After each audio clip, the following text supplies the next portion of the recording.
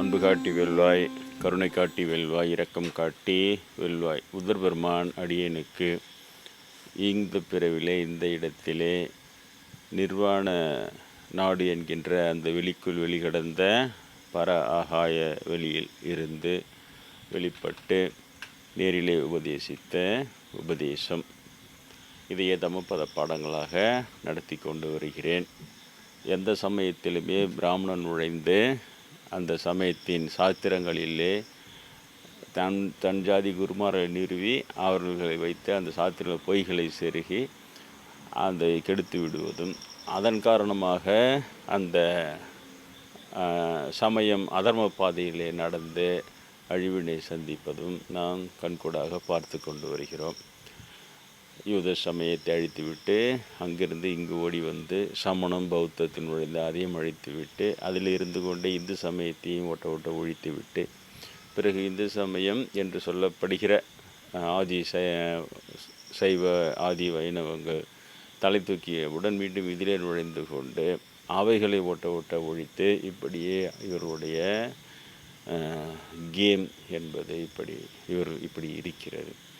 இப்பொழுது புதியதாக பிராமின் கிறிஸ்டியன் என்ற பெயரில் கிறிஸ்துவ சமயத்திற்கும் ஆர்த்தடாக்ஸ் முஸ்லீம் என்று இஸ்லாத்திற்கும் சென்று கொண்டிருப்பதை பார்க்கிறோம். இதை வைத்து நாம் அதை அனுமானிக்க முடியும் அந்த சமயங்களின் கதி என்ன ஆகும் என்று. அதனால் நான் இவர்கள் தமபதத்தில் செருகி வைத்திருக்கிற அந்த பிராமணனை எந்த பாவம் செய்தாலும் அவனுக்கு பாவமே சேராது அப்படிங்கிற ஒரு அபத்தமான பாடங்களை எல்லாம் ஒதுக்கிவிட்டு புதர்பெருமான் நேரடியாக எனக்கு உபதேசித்த உபதேசத்தையே தம்மபத பாடங்களாக எடுத்துக்கொண்டு வருகிறேன். அந்த தம்மபத புஸ்தகத்தில் இது கெடுக்கப்படாமல் இருக்கிற பகுதிகளை மாத்திரம் சொல்லி கொண்டு வருகிறேன். தீயொழுக்கம் என்ற தலைப்பிலே இப்பொழுது தொகுத்திருக்கிறார்கள். அவருடைய சீடர்கள் தொகுத்தது அது. புத்தருடைய உபதேசங்களை எல்லாம் அவருடைய சீடர்கள் தொகுத்தது தான் அது. அப்போ தீயொழுக்கம் என்ற தலைப்பிலே அவர் என்னென்ன சொன்னார் அப்படி நம்முடைய திருக்குறள் தீயொழுக்கம் என்றும் இடும்பை தரும் என்று சொல்லுகிறது. அந்த தீய ஒழுக்கம் என்றைக்குமே துன்பத்தை தான் தரும் அப்படின்னு சொல்லிட்டு அதே தான் இவர் சொல்கிறார். நல்லொழுக்கத்திலே நாம் நிலை பெற வேண்டும், அதிலே நாம் நடந்து செல்ல வேண்டும். அப்படி நல்லொழுக்கத்தில் செல்லாவிட்டால் அந்த இடத்துல தீயொழுக்கம் குடிப்பு கொண்டு விட்டு தீயொழுக்கத்திற்கு நம்மை ஆளாக்கிவிடும். அது பாவத்தை தள்ளும். அப்படியே பாவம் செய்யக்கூடாது என்று தீயொழுக்கத்தின் பற்றிய எச்சரிக்கையை பெரிய அளவாக செய்ய வேண்டும் என்று இதையெல்லாம் செய்திருக்கிறேன். இதுவரை அந்த ஞானி என்றும் நல்லொழுக்கம் பற்றியும் இப்படியே சொல்லி கொண்டு வந்தவர். தீயொழுக்கன்ற தலைப்பிலேயே இவை சொல்லும் பொழுது அப்போது தீயொழுக்கத்திலிருந்து நாம் விலகி இருப்பதற்கான முக்கியத்துவம் அதை தெரிந்து கொள்ள வேண்டும். ஆன்மீக முன்னேற்றத்தை நான் சொல்வது ஒரு பிராமணர்கள் அடிக்கிற கூத்து அவங்க அப்படியே விளக்கமாக சொல்லி வாதமாக பண்ணி இப்படி தான் நிறுவி எதையோ செய்வான். எது செய்தாலும் அவர்கள் அதை நிலைகளை எட்டி பிடிக்காத வரை அது ஒன்றுமே இல்லை. அதைத்தான் பிரம்மேந்திரரும் சொன்னார். இறைவனை உணராமலேயே சொல்லப்படுகிற கருத்துக்கள் அனைத்தும் வெற்று அபிப்பிராயங்களேன்னு சொன்னார். அதை தான் பிராமணர் செய்து கொண்டு இருக்கிறார். அதே போல் அதை பாமர மக்கள் நிறைய பேர் இருப்பனால அவங்ககிட்ட எளிதில் பரப்பிடுவான். அந்த பரப்புகிற திறமை, அதை எடுத்து சமுதாயம் சேர்க்கிற திறமை, அதை அவங்க மேலே திணித்து அதை அவர்களை ஏற்றுக்கொள்ள வைக்கிற திறமை, இப்படி திறமை என்ற பேரில் வெற்றி என்ற பேரில் எல்லா கெடுதியும் பிராமண கெடுதியாக மாறி அது தெரிய வருகிறது நமக்கு. அதனால் பொறுமையாக நாம் சொல்லி, ஆனால் இது சைலண்ட் பீரியட் ஸ்பிரிச்சுவல்ஸில் இது ரொம்ப ஊறிவிட்ட கெடுதியாக இருக்கும். அப்படி இயேசுபிரான் வரும்பொழுது அப்படி தான் இருந்தது. அந்த கெடுதியை கண்டிக்க போய் தான் அவரை கொலை செய்தார்கள். அதே போல் தான் புத்தர் பெருமான் வரும்பொழுதும் அப்படி இருந்தது. ஆனால் அவர்கள் பானு ஒன்று சொல்லிக்கினே இருப்பான். அவன் வேறையாகவே தான் அவன் அதுக்கு விளக்கம் எடுத்துப்பான். அவன் சொல்லி இப்போ எனக்கு இவனை சொல்கிறான் பாரு, என் கிறிஸ்துவ கைக்கூலி சொல்லிக்கினே இருப்பான். அப்படியே அப்புறம் நல்லா தெரிய வரும். அது இல்லைனாலும் அப்பயும் ஆனால் தொடர்ந்து சொல்லிக்கினே இருப்பான். இவன் அப்படியாக்கணும் அந்த பழி போட்டுக்கினே இருப்பான். இந்த மாதிரி தான் அந்த பிராமணன் ரொம்ப ஒரு கேட்ட இனம் அது. அதனால் திருமூலர் எச்சரிக்கை பண்ணால் அவளை கருவறையில் விடாதீங்கன்னாரு. கேட்கல நம்ம ஜனம். அவனுடைய திறமை எல்லாம் ராஜாங்களை கையில் போட்டு உள்ள நுழைஞ்சிட்டான். சரி, அப்புறம் சொல்லிட்டு போய்ட்டு அதில் வேந்தருக்குள்ளே அழிஞ்சிடும், பொல்லா வியாதி வரும், பஞ்சம் வரும். வேந்தருக்குள்ளே அழிஞ்சு போச்சு, கொரோனா வந்து போச்சு, பஞ்சம் வர வேண்டியது பாக்கி. என்ன செய்ய முடியும்? ஏன்னா ஒரு திருமூலர் அவர் சொல்லி அவர் சொன்னதை அழிக்க முடியாமல் இருக்கிறதே இப்போ ஒரு பெரிய வெற்றி தான். அதுவே பெரிய வெற்றி தான்.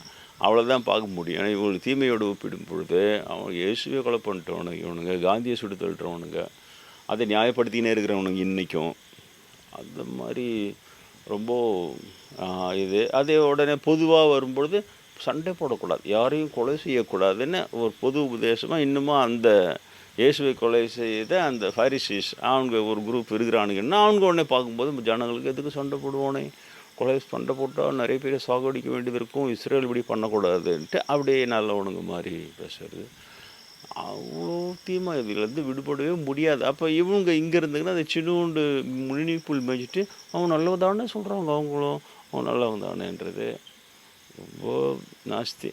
அப்போ என்னென்னா அந்த பெரிய உண்மைகள் அதை நோக்கி மக்களால் செல்ல முடியாத அளவிற்கு மிகப்பெரிய தடைக்கல்லாக இவர்கள் தான் இருக்கிறார்கள். இது உதாரணமாக இப்பொழுது இருக்கிற இந்த காலம் மிக அருமையான காலம். ஏனென்றால் இவர்களுடைய கெடுதியினால் கெட்டு போய்விட்டு இந்த 4 சமயங்களுமே நம்ம கையிலே உதாரணமாக இருக்கின்றன.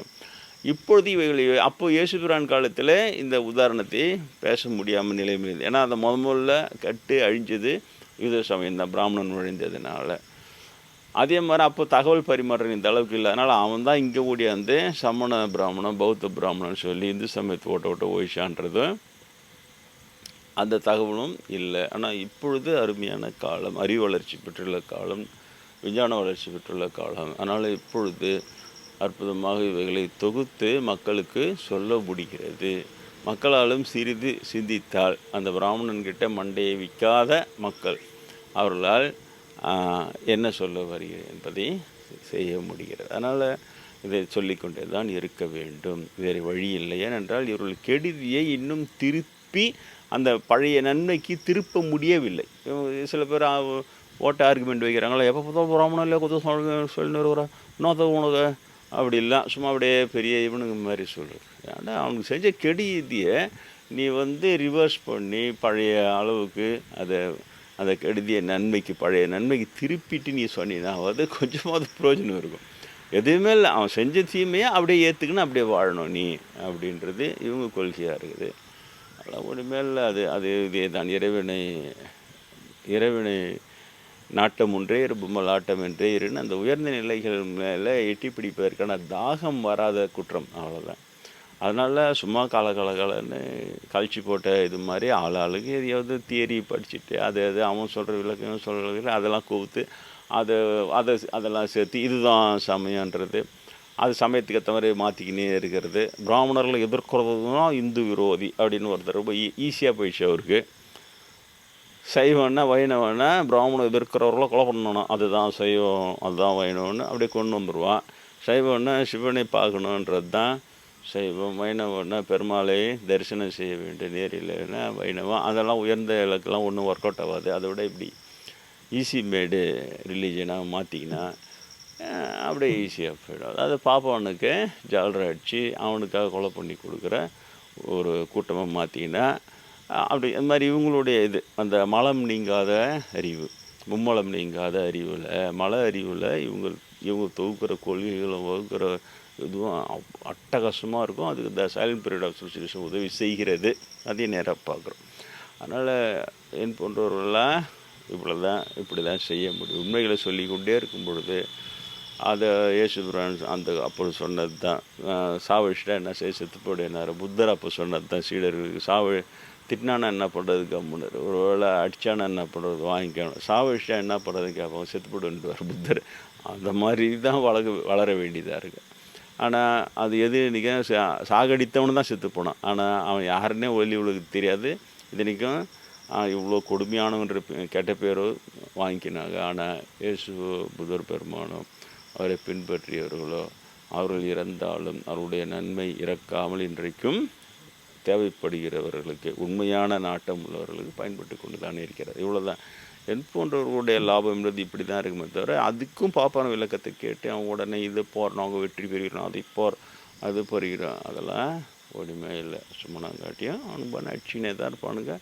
அந்த ஒழிஞ்சதை ஏன்டா யூத சமயத்தை ஒழிஞ்சு ஏன்டா யூத சமயம் ஒழிஞ்சதை அது ஏன்டா அவங்களால காப்பாற்ற முடியலன்னு கேட்குறதுக்கு ஆள் கிடையாது.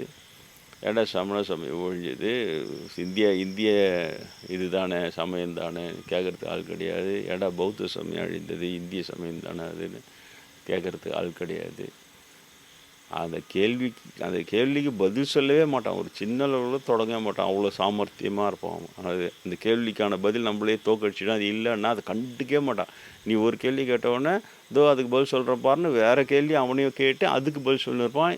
இவர்கள் அதெல்லாம் வாதம் விவாதன்ற போல் ஆணும் வாய்த்தரது அதை கேட்டுன்னு இருப்பாங்க. ரொம்ப கஷ்டம் அதெல்லாம். ஒன்று விளையாடி அவனுக்கு எக்ஸ்பீரியன்ஸ் வந்துடுச்சு. அதில் மூவாயிரவரோட தில்லாலங்கடி எக்ஸ்பீரியன்ஸ் பிராமணனுக்கு. இவங்க விழிப்புணர்வுன்றது கொஞ்சம்தான். இது 70 வருஷம் 50 வருஷம் விழிப்புணர்வே தத்துணுண்டு தான்.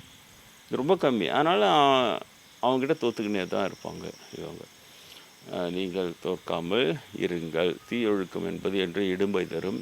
தீயொழுக்கத்தில் சென்று விட்டால் பிறகு அது மீளுவது கடினம். அதனால் நல்லொழுக்கத்தை பயிற்சி செய்ய வேண்டும். நல்லொழுக்கத்தை பயிற்சி செய்யாத போய்ட்டு அந்த இடம் தீயொழுக்கம் அதை ஆக்கிரமிச்சிக்கோன்னு சொல்கிறார். அதனால் நல்லொழுக்க பயிற்சியை தொடர்ந்து நீங்கள் செய்து கொண்டே இருக்க வேண்டும். எது நல்லொழுக்கம் எது தீயொழுக்கன்றதையும் திரும்ப பாப்பாங்கிட்டே விளக்கம் கேட்காதீங்க. அவன் கெட்டு போனதை அவன் மண்டையில் ஒன்று இதுதான். ஒரு பிராமணனுக்கு தானம் கொடுக்குறது தான் நல்லது, ஒரு பிராமணனுக்கு அதை பண்ணுறது நல்லதுன்னு இப்படியே திரும்ப அப்படியே தான் வருவான். அதனால் அதுக்கு கூட புத்தர் பெருமானிடம் நான் பெற்றுள்ள இந்த நேரடி உபதேசத்தை எது அன்பு காட்டுதலோ அது நல்லொழுக்கம், எது கருணை காட்டுதலோ அதுதான் நல்லொழுக்கம், எது இரக்கம் காட்டுகின்ற செயலோ அதுதான் நல்லொழுக்கம். அப்படி எடுத்துக்கொண்டு கூட நீங்கள் வளர்ந்தாலே போதும். பெரிய பெரிய விளக்கங்களோ பெரிய பெரிய புஸ்தகங்களோ தேவைப்படாது. அதனால தான் அதுக்கு பேர் உபதேசம் என்று பெயர். அவைகளை கடைபிடிக்கும் பொழுது தானாகவே எது நல்லொழுக்கம் எது தீயொழுக்கம் புரிந்துடும். பாப்பர விளக்கம் கேட்டிங்கன்னா அவன் தான் இதே தான் பின்னால் சொல்லி வச்சுக்கிறான். பிராமணன் அவங்க அப்பா அம்மா கொலை பண்ணாலும் பாவம் சேராதுன்னா அவங்க அப்பா அம்மா கொலை பண்ணுறது நல்லொழுக்கம்னு வந்துட்டு வராதில்ல அர்த்தம். அது எப்படி நல்லொழுக்கம் வரும்? படுபாவிங்க அவனுக்கு. படுபாவத்தை போய் அது பாவம் சேராதுன்னு எழுதி வச்சு அந்த பாவத்தை செஞ்சுருந்துக்கிறானுங்க. இப்போ அதையெல்லாம் சப்போர்ட் பண்ண போய் அந்த சுத்தமாக கண்ணெதிர்க்கே இருக்குது உதாரணம். சுத்தமாக பௌத்த சமயம் சுத்தமாக ஒழிஞ்சு அதுக்கும் இவனையும் விட்டே வேறு காரணம் சொல்ல வைக்கிறது, வேறு சொல்ல வைக்கிறது. அன்பு காட்டி வெல்லுங்கள், கருணை காட்டி வெல்லுங்கள், இரக்கம் காட்டி வெல்லுங்கள்.